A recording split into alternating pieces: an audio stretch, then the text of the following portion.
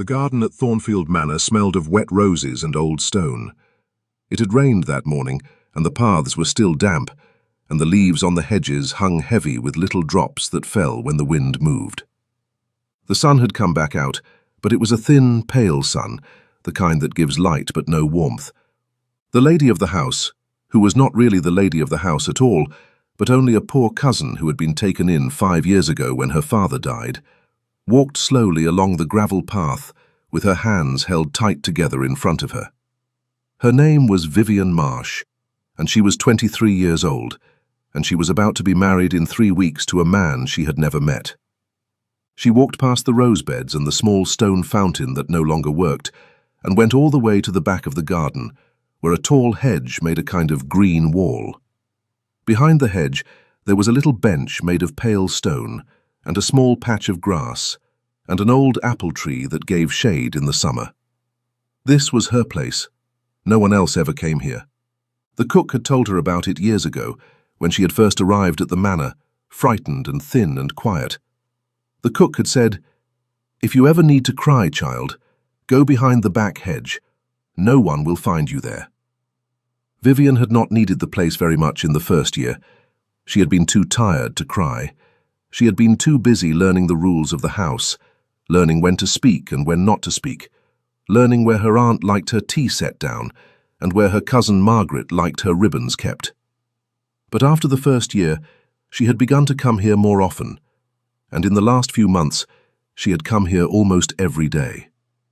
Today she sat down on the cold stone bench and felt the damp soak through the back of her thin grey dress.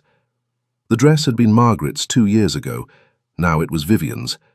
Most of her dresses had once been Margaret's.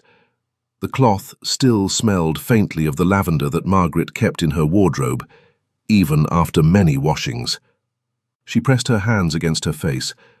Her hands were cold. Her face was hot. The two together made her think of how stones feel when you bring them in from the snow. She did not cry at first. She just sat there with her face in her hands and breathed in and out. The air smelled of wet earth and crushed grass, and something sweet from the apple tree, even though it was not yet the season for apples.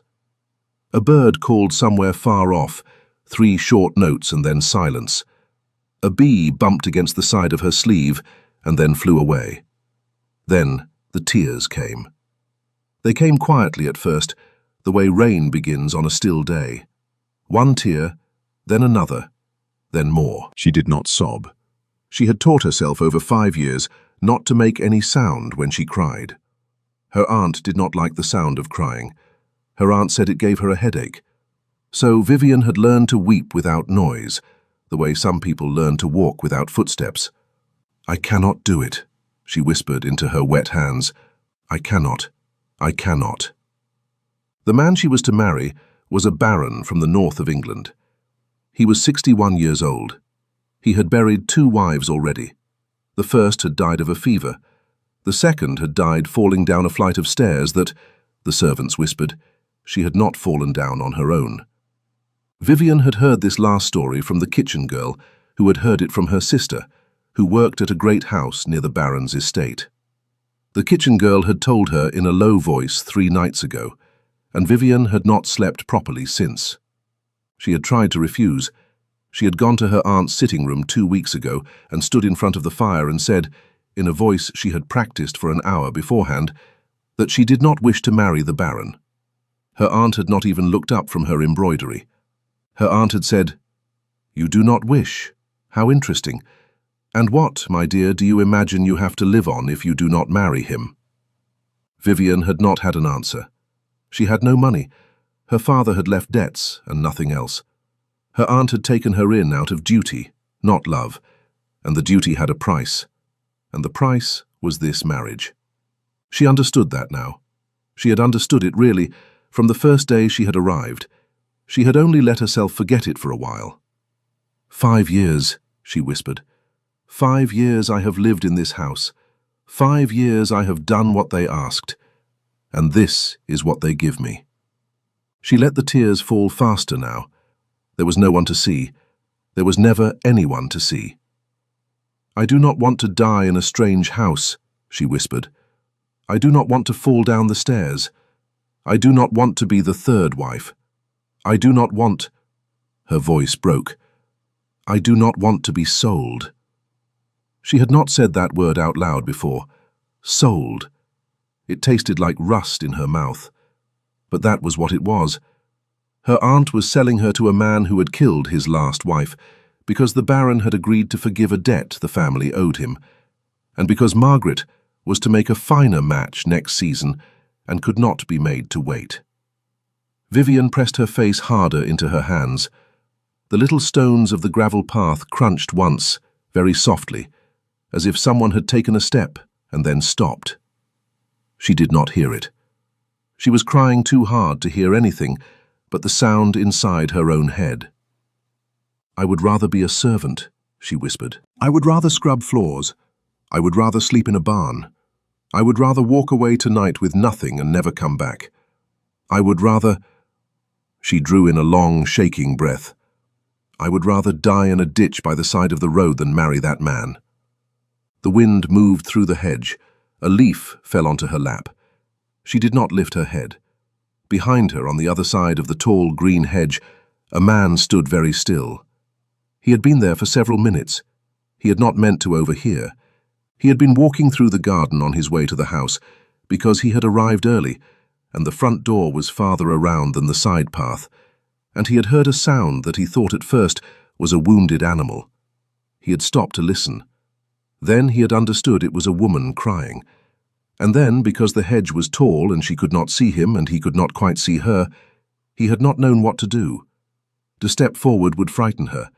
To walk away would feel like a kind of theft, taking her private grief without her knowing she had given it.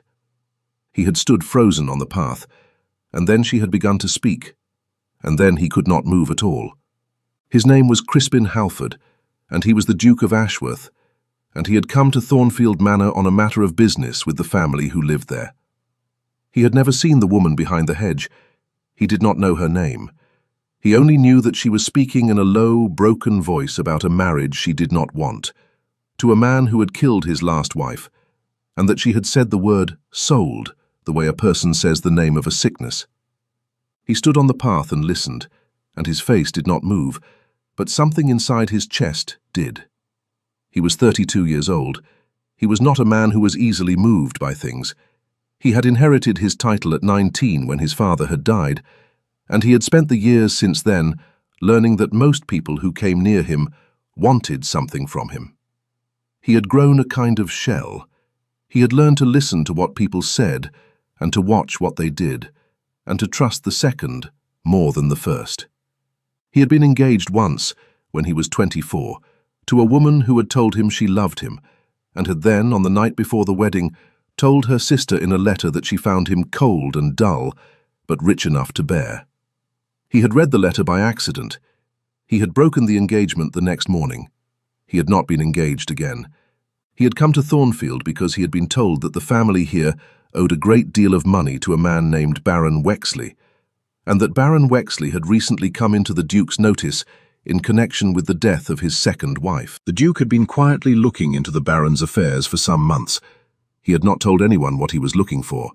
He had only known that the second wife's death sat ill with him, and that the Baron's habits of borrowing money and pressing for repayment in strange ways were the habits of a man who used other people the way a farmer uses a plough.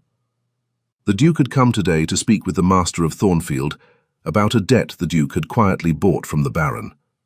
He had thought, when he set out this morning, that the worst he might find at this house was a frightened old man who owed money to a dangerous one. He had not expected this. Behind the hedge, the woman was still speaking. "I have not asked for very much," she whispered. "I have not asked to be loved. I have not asked to be pretty. I have not asked for fine things. I asked for a little kindness, and they gave me none, and now they ask me to lie down and die quietly, and I do not know how to do it, and I do not know how to refuse, and I do not know what to do." She drew in another long breath. The Duke could hear it, the small, ragged sound of a person trying to be quiet, while the inside of them came apart. "Father," she whispered, "Father, if you can hear me, tell me what to do. Tell me what to do, please." There was a long silence. The wind moved again. A drop of water fell from somewhere in the apple tree and landed on the gravel with a small, clear sound. The Duke closed his eyes. He thought of the letter he had read at 24. He thought of his mother who had died when he was 11, and of the way his father had not spoken her name for the next 8 years, as if speaking it would make her absence more real. He thought of all the times he had been called cold, and of all the times he had agreed with the people calling him that. He opened his eyes. He took one step back from the hedge, very quietly, and then another, and then he turned and walked away the way he had come. His boots made almost no sound on the wet gravel. He walked all the way back to the front of the house and around to the great door, and rang the bell as if he had only just arrived. The butler answered. The Duke gave his card. The butler bowed and led him into the front hall. His Grace, the Duke of Ashworth, the butler announced. The Master of Thornfield came out of his study at once. He was a thin, grey man with worried eyes and hands that never quite stopped moving. His name was Mr. Marsh, and he was Vivian's uncle, although the Duke did not yet know that.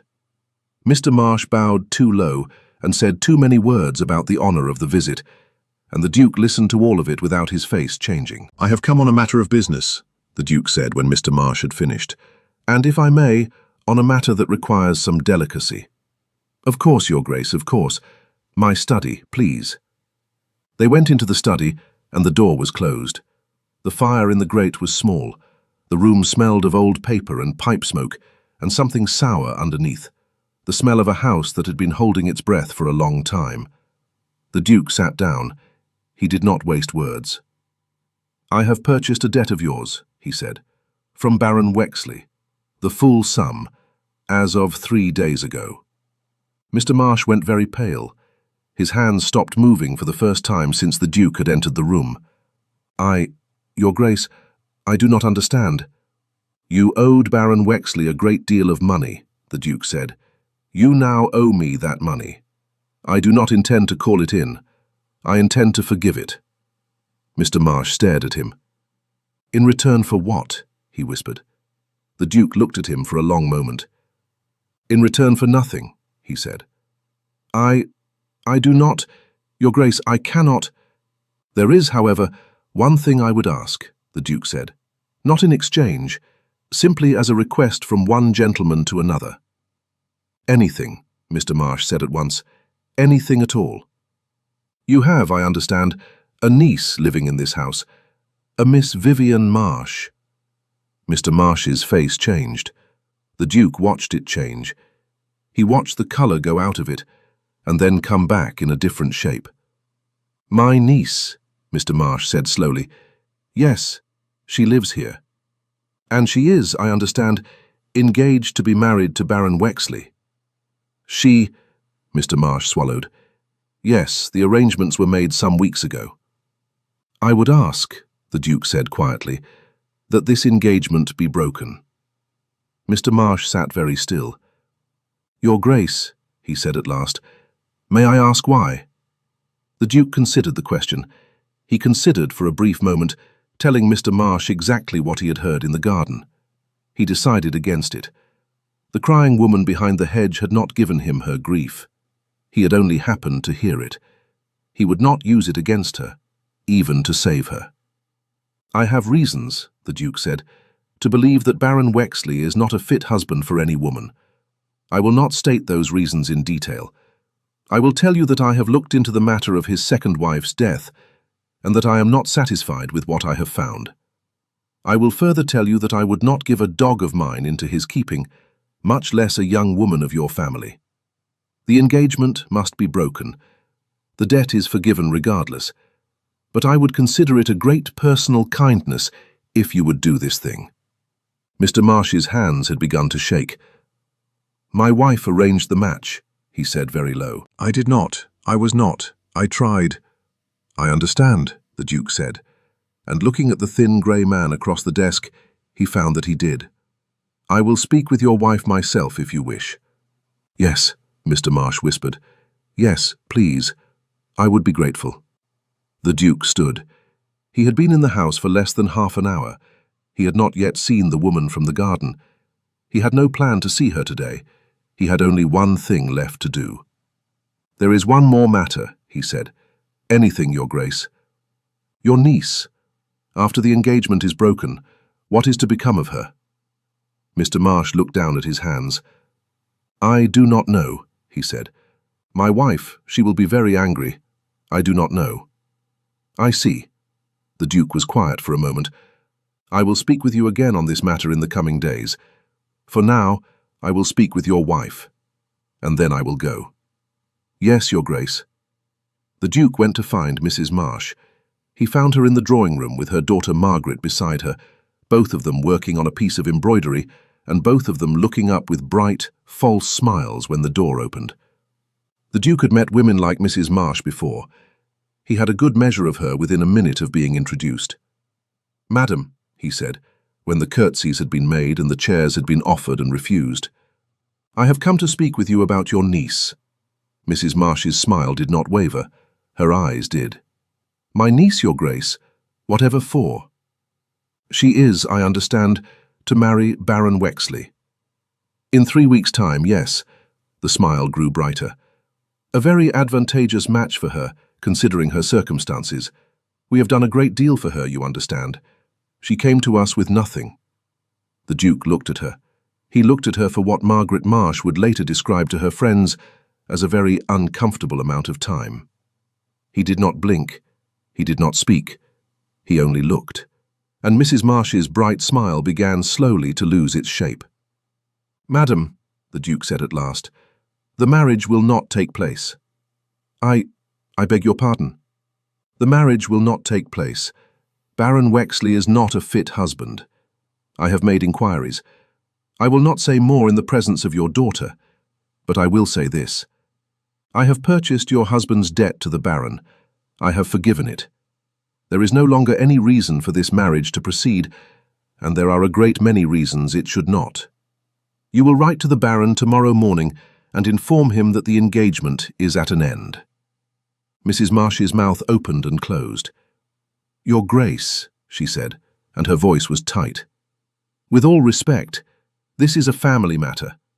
It is not, I think, your affair." The Duke set down his hat, which he had been holding. He set it down very gently on a small table beside the chair he had refused to sit in.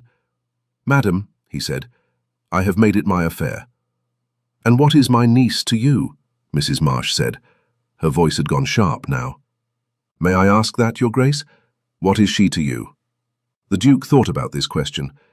"She is a young woman," he said, "who has done you no harm, and who is being sent to a man who will likely kill her. That is what she is to me. That is, I should think, what she ought to be to you." The silence in the drawing room was very complete. Margaret Marsh had gone the colour of paper. Mrs. Marsh had gone the colour of brick. Neither of them spoke. "I will leave you now," the Duke said. "I will return in 3 days' time to be certain that the letter has been sent. Good afternoon, madam, Miss Marsh." He took up his hat. He bowed very correctly. He left the room. In the front hall, the butler was waiting with his coat. The Duke put it on.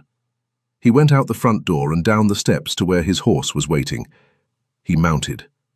He did not look back at the house.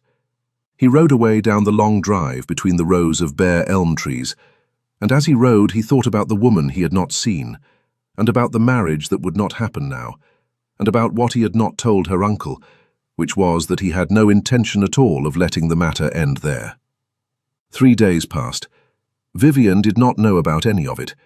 She was told, on the evening of the day the Duke had come, that the engagement was broken. Her aunt told her in the cold voice of a person who has been forced to swallow something bitter. Her aunt did not explain. Her aunt only said, "The Baron has withdrawn his offer. You will not be marrying him. There is no need to thank me." Vivian stood in the middle of the drawing room and stared at her aunt. She did not understand. She had been weeping in the garden that very morning, and now in the evening the whole thing was undone. It made no sense. Things did not undo themselves in this house. Bad things, once decided, were carried out. "Aunt," she said, "I do not... Why has he withdrawn?" "I do not propose to discuss it with you," her aunt said. "It is enough that he has. You may go to your room." Vivian went to her room. She sat on the edge of her narrow bed for a very long time. Her hands were shaking, but not, this time, from grief. From something else. From the strange, dizzy feeling of having been freed from a thing she had not believed she could be freed from. She did not sleep that night. She lay on her back and looked at the ceiling and tried to understand what had happened. She thought about the words she had said in the garden. She thought about her father, whom she had asked, in a whisper, to tell her what to do. She thought for a wild moment that perhaps her father had heard her after all, from wherever he was, and had reached down through the air and changed something. She put the thought away. She was not a foolish woman. Dead fathers did not break engagements. Someone living had done this. She did not know who, but someone had. In the morning she found out a little more.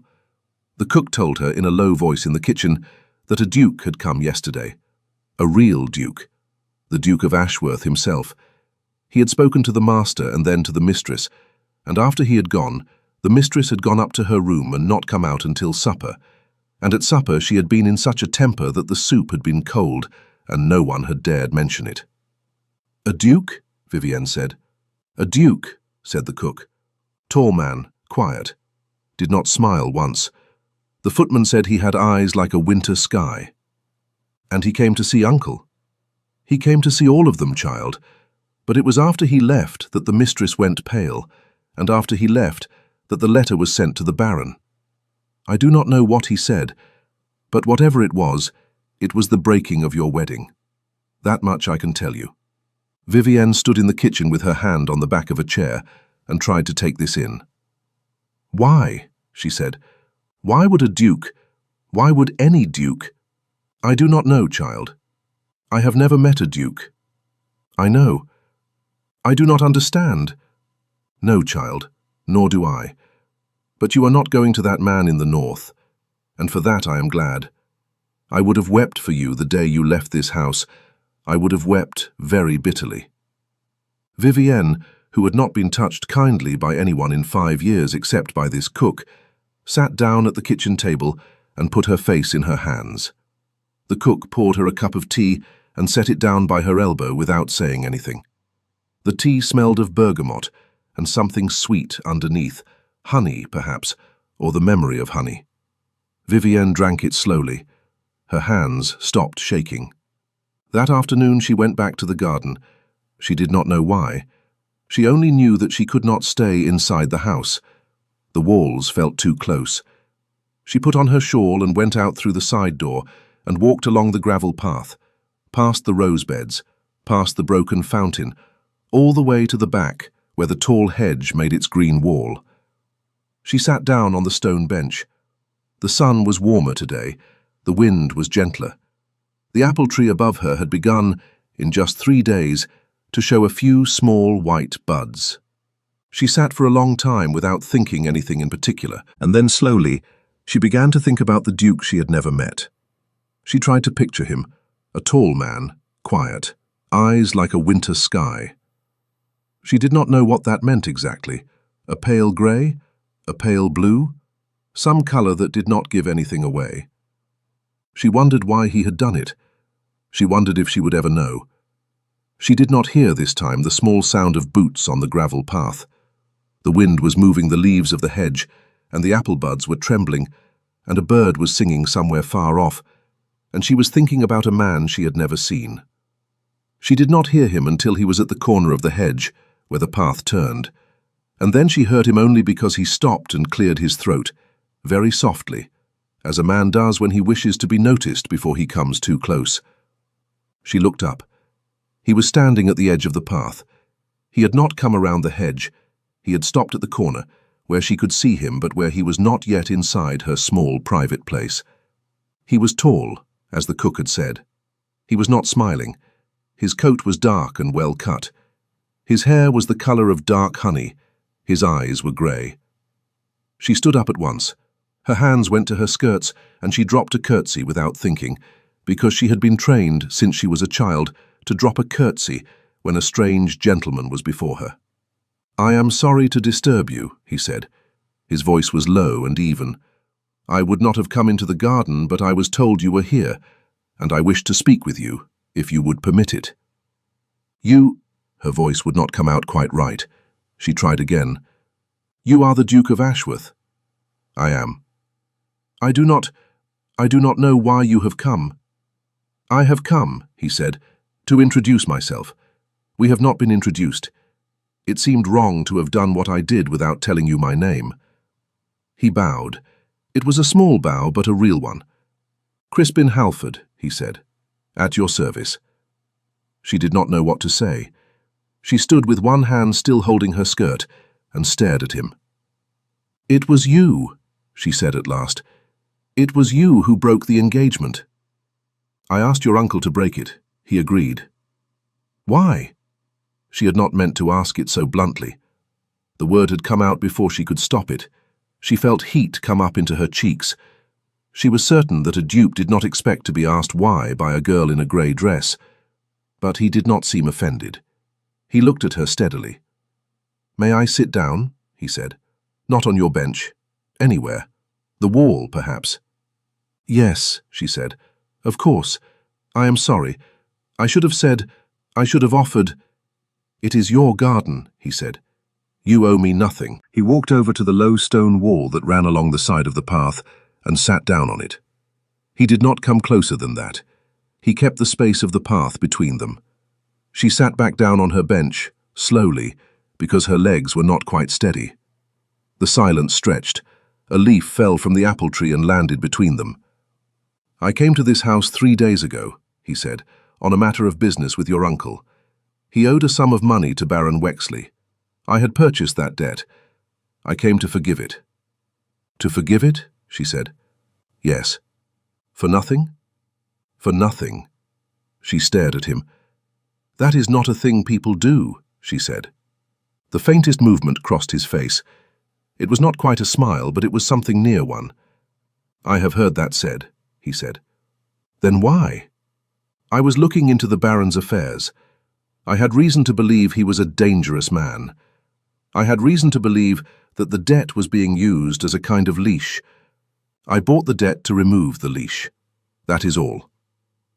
"All?" she said. He was quiet for a moment. "Not quite all," he said. "Then what?"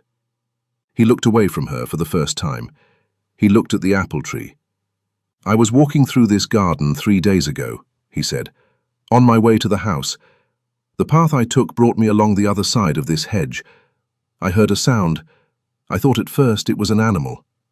I stopped. I realized it was a woman. I should have walked away. I did not. I heard what you said." The world went very still around Vivian. She did not breathe.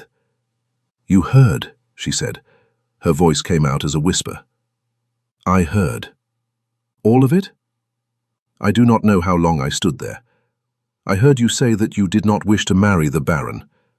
I heard you say that you would rather die in a ditch by the side of the road than be his wife. I heard you ask your father, who I gather has passed, to tell you what to do." He paused. He was still looking at the apple tree.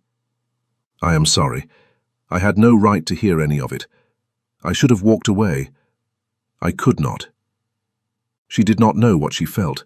Her face was hot. Her hands were cold. Her chest felt as if something inside it had cracked open, but she did not know if what came through the crack was anger or shame, or some third thing she had no name for. "You—" She stopped. She started again. "You heard me crying?" "Yes." "And you went straight to my uncle?" "I walked back to the front of the house. I rang the bell. I went inside as if I had only just arrived. I told your uncle I had purchased the debt. I told him I would forgive it. I asked him to break the engagement. I did not tell him what I had heard. I told no one. I will tell no one." "You did not tell him?" "No." "Why not?" He looked at her then. His eyes were grey, but not the cold grey she had been imagining. There was something in them that she had not expected. "Because it was not mine to tell," he said. You did not give me your grief. I only happened to overhear it. I would not have used it to move your uncle, even to save you. I had other reasons. They were enough. The bird sang again, the 3 short notes very far away. I do not know what to say to you, she said. You owe me nothing, he said again. I came here today only because I felt that you should know who I was, and that you should know I had heard you. It seemed cowardly to do what I did and stay hidden. If you wish me to go, I will go now, and you need not see me again. She looked at him. She looked at the way he sat on the low stone wall, with his hands resting on his knees, very still. She looked at his face, which did not move very much, but which was, she thought, working hard underneath to stay still. She had seen her own face do that many times in mirrors. 5 years, she said. He waited. 5 years I have lived in this house, she said. 5 years I have been told to be grateful. 5 years I have been told that no one would ever want me, and that I had better take what was offered. 5 years. I heard you say it, he said quietly. In the garden. 5 years. And in 5 years no one has done a single kind thing for me without wanting something in return. Not one. Not the smallest thing. Until you. Miss Marsh. I do not even know how to receive it, she said. Her voice broke a little. I have forgotten how. I do not know what to do with it. I am sorry. I do not mean to. She stopped. She put her hand over her mouth. He did not move from the wall. He did not come closer. He did not try to comfort her. He only sat very still and waited until she had taken her hand away from her mouth and let out a long, shaking breath. You do not need to do anything with it, he said. It is not a debt. It is not a payment. I am not Baron Wexley. I do not want anything from you. I only wanted you to know my name, and that I had heard you, and that I had been the one to act. That is all. If you wish, we shall not speak again. She looked at him. I do not wish that, she said. The words came out before she could think about them. He did not move. I do not wish, she said more slowly, that we shall not speak again. I think I would like to know you.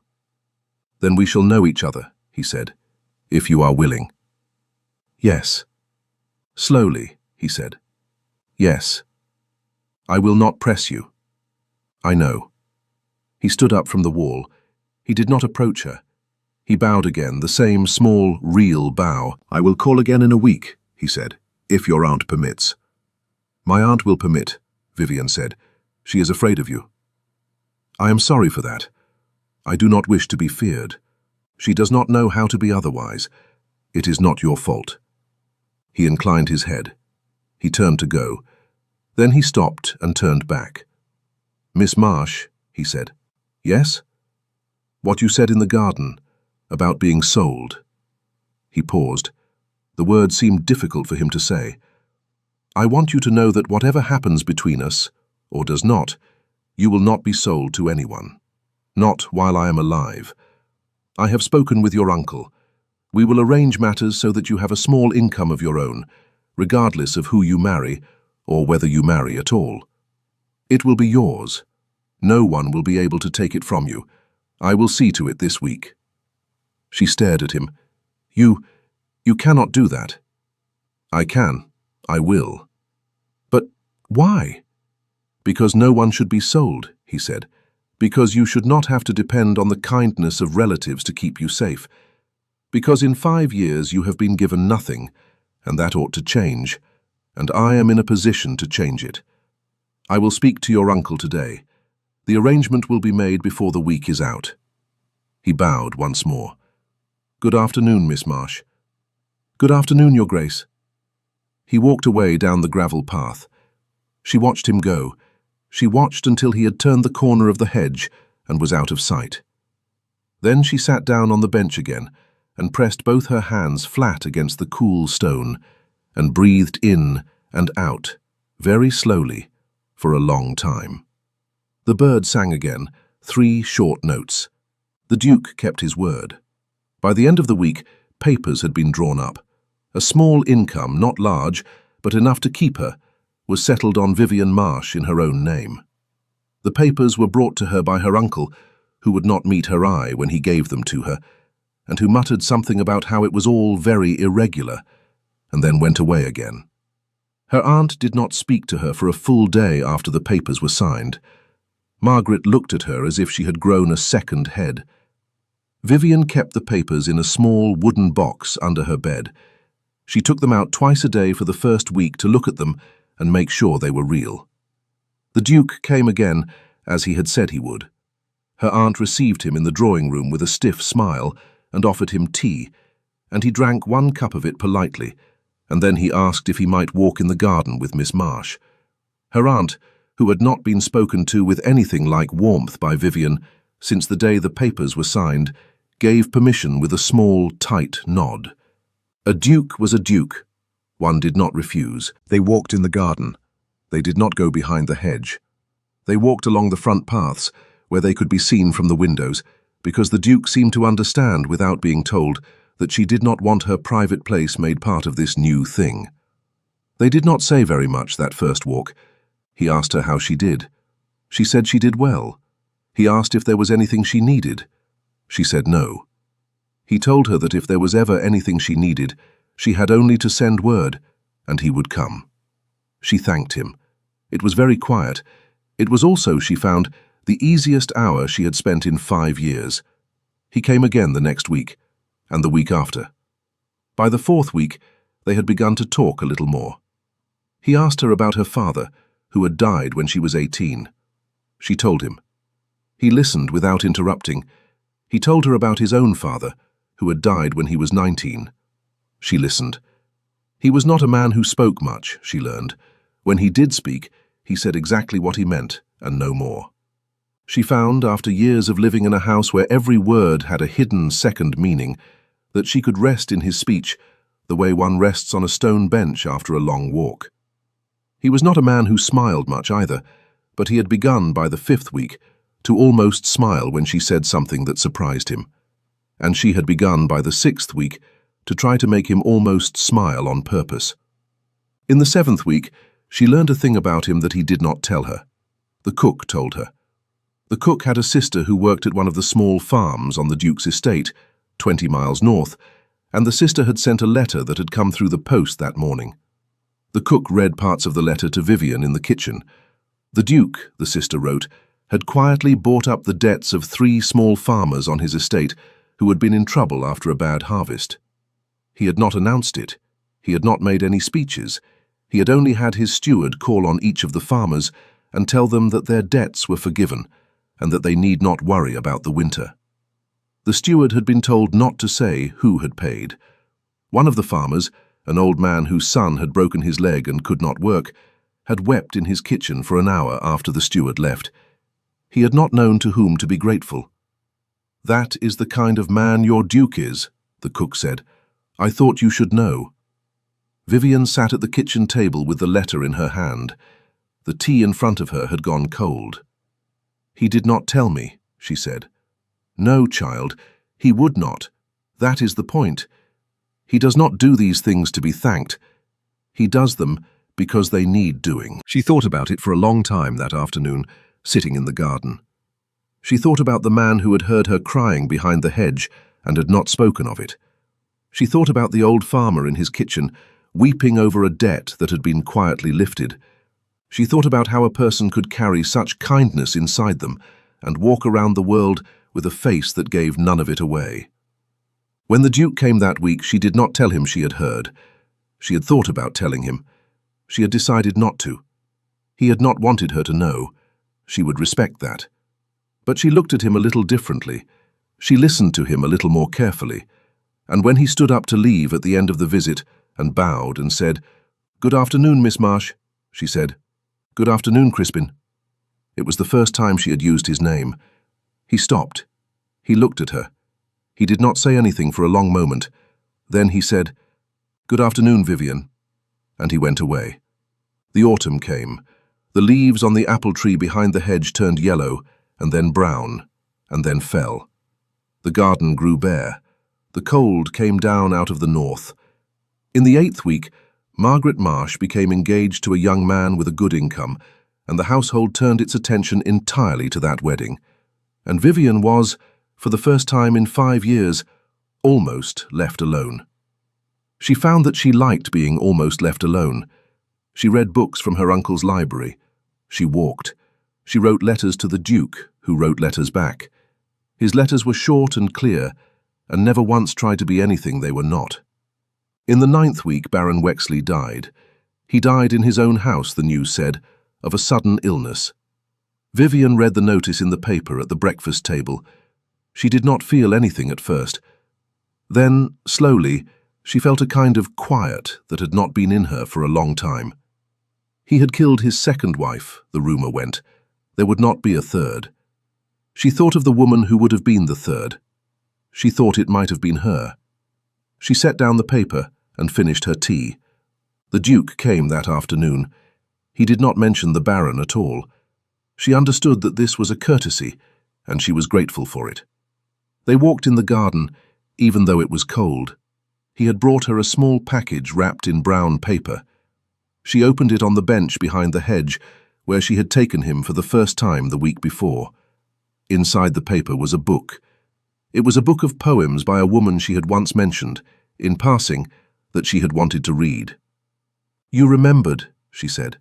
"You said it once, some weeks ago, in the drawing room." "I was not certain you would remember saying it." "I did not remember saying it." "Then I am glad I did."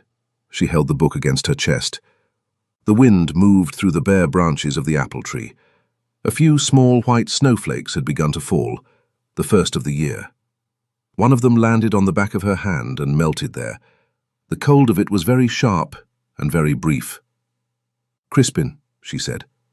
"Yes." She did not know what she wanted to say. She only knew that she wanted to say his name and have him answer. He waited. "It has been almost 3 months," she said, "since you came that first day." "It has. I did not know then what kind of man you were. I am not certain I knew either. I think I know now." He looked at her. "What do you know?" he said. "I know that you are a man who hears people crying in gardens and does not tell anyone. I know that you are a man who pays farmers' debts and tells no one. I know that you are a man who keeps his word. I know that you have not once asked anything of me in 3 months. Not one thing." "I have nothing to ask of you," he said. "Only your company when you wish to give it." "Crispin." "Yes. I wish to give more than my company." The wind moved again. The snow fell a little harder. She watched his face, and his face did not move very much, but she had learned to read the small movements by now. "Vivian," he said, "if you are saying what I think you are saying, I want you to be certain. I do not want you to choose me because I was kind. I do not want you to choose me because you have nowhere else to go. You have somewhere else to go now. The income is yours. The house in the village is yours if you want it. I made sure of that last month. You can live without me. I want you to know that you can live without me before you tell me anything else." She looked at him. "I know I can live without you," she said. "I have been learning, these last 3 months, that I can live. That is a thing I did not know before. You taught me, not by telling me, by showing me, by treating me like a person who could live. I know I can live without you. That is why I am telling you, because I am choosing it, not because I have to." He did not speak. He did not move. He only looked at her, and his eyes, which had been the color of a winter sky on the first day, were now something warmer. "Vivian," he said. His voice was very low. "Yes." "May I take your hand?" "Yes." He took her hand. His hand was warm. Hers was cold. He folded his fingers around hers very gently, as if her hand were a small bird that he did not wish to startle. They sat on the stone bench together. The snow fell around them. The apple tree stood bare above them. Somewhere far off a bird called 3 short notes, even though it was almost winter and the birds should all have been gone. He did not kiss her, not then. They sat with their hands joined, and they did not speak for a long time, and that was enough. After a while he said, "I would like to marry you, Vivian. When you are ready, not before. There is no hurry. I have waited this long. I can wait longer." "I am ready," she said. "You are certain?" "I am certain." "Then," he said, and the corner of his mouth did the thing that was not quite a smile, but was something near one. "I will speak with your uncle in the morning, and I will speak with you about everything else every day for as long as you will let me." "For a long time, I hope," she said. "For a long time." The snow kept falling. She watched it land on his dark coat. He watched it land on her grey dress. Neither of them moved to brush it away. They were married in the spring. It was a small wedding. It was held at the Duke's estate, 20 miles north, in a chapel with old stained glass that threw colours on the floor when the morning sun came through. Vivian wore a dress that was not grey. It was the first dress she had worn in 6 years that had not first belonged to her cousin. It was the colour of fresh cream. The Duke had not chosen it. She had chosen it herself, from a shop in the village, with money from the small income that had been settled on her months before. Her aunt did not come to the wedding. Her uncle came. Margaret came. The cook from Thornfield came, in her best dress, and sat in the front row beside Vivian's uncle, because Vivian had asked for her to be there, and the Duke had not blinked at the request. He had only said, "Of course, we will send a carriage for her." The old farmer with the bad harvest came too. Vivian had heard about him from the cook months ago. She had quietly arranged for him to be invited. The Duke had said nothing about it when he saw the man at the back of the chapel. But after the ceremony, when they were going down the steps together, the Duke had paused and looked at her sideways. "That was the farmer," he said, "from last autumn." "Yes." "You knew?" "The cook told me. I never told you I knew." He was quiet for a moment. "You did not say anything," he said. "You did not want me to." He stopped on the steps. He turned to look at her properly. The light through the stained glass behind him was throwing soft colours onto her cream dress, a little blue, a little gold. "Vivian." "Yes. I have been very quiet about a great many things in my life. I thought I had to be. I am beginning to think I have been wrong about that." "You have not been wrong," she said, "but you do not have to be quiet with me, if you do not want to." "No," he said, "I do not want to." He took her hand. They walked the rest of the way down the steps together. The cook from Thornfield was waiting at the bottom, with her eyes full of tears she would not let fall, and Vivienne went to her and took both her hands and held them for a long moment without speaking. A year passed. It was a quiet year. Most of it was spent at the Duke's estate. They walked in the gardens. They read in the library in the evenings, side by side, with the fire going.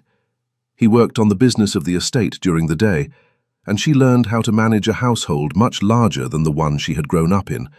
And she learned quickly, because she had been watching how households were run all her life, even if no one had ever asked her opinion about it. She made friends with the housekeeper, who was a stern woman of 50, who had not expected to like the new Duchess, and had been surprised to find that she did. She made friends with the gardener, who showed her where the old apple trees were and let her plant a new one, in a quiet corner, on the 2nd month of her marriage. She did not, for a long time, go behind any hedges to cry. There was no need.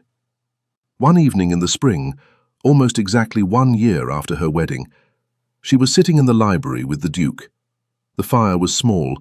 The room smelled of wood smoke and old paper and something sweet, the bowl of dried lavender that the housekeeper had set on the mantel. She was reading the book of poems he had given her in the snow. He was writing a letter at the desk by the window. The window was open a little. The smell of the garden came in. The apple tree she had planted in the 2nd month had begun, just this week, to show its first white buds. She set down the book. "Crispin," she said. He looked up. "Yes." "Do you remember," she said, "the day in the garden, the first day, behind the hedge?" He set down his pen. "Every word," he said. She looked at him for a long moment. He looked back. Neither of them looked away. "I wanted to tell you something," she said. "I have wanted to tell you for some time. I did not know how." "Tell me," he said. "I thought that day that I was alone. I thought no one would ever hear me. I thought no one would ever come. I had been alone for 5 years, and I had begun to believe I would always be alone." She paused. Her voice was steady. She had been practicing. "And you were there, the whole time. You were there and you heard me, and you did not look away. And then you did something about it. You did something kind, and you did not ask me for anything in return. And you have not asked me for anything in return, not in all this time. And I want you to know that I know what that is. I know it now. I did not know it then. I do now." He did not speak for a long time. Then he stood up from the desk. He came across the room to her. He knelt down beside her chair, slowly, the way a man kneels when he is going to say something he has been waiting a long time to say. "Vivian," he said. "Yes. I heard you that day, and I will never stop being grateful that I did. I had been alone for a long time too. I did not know it. I thought it was simply who I was. I thought I was a man who did not need anyone. I was wrong. I needed you. I needed to hear you. I needed to be the man who came when you called, even if you had not called me. I needed it more than I knew." She put her hand on his face. "You are not alone anymore," she said. "Neither are you," he said. He turned his face into her palm. He closed his eyes for a moment. The fire moved in the grate. The smell of the garden came in through the open window, wet earth and apple buds, and something sweet from far off, the first warm wind of the year. She bent down and pressed her forehead to his. They stayed like that for a long time, until the fire burned low and the candles guttered, and the smell of the garden filled the whole room, and the bird in the apple tree outside the window sang 3 short notes into the soft spring dark. Thank you for staying with this story until the very end. If this moved you, please like, share and subscribe. Your support keeps these stories alive.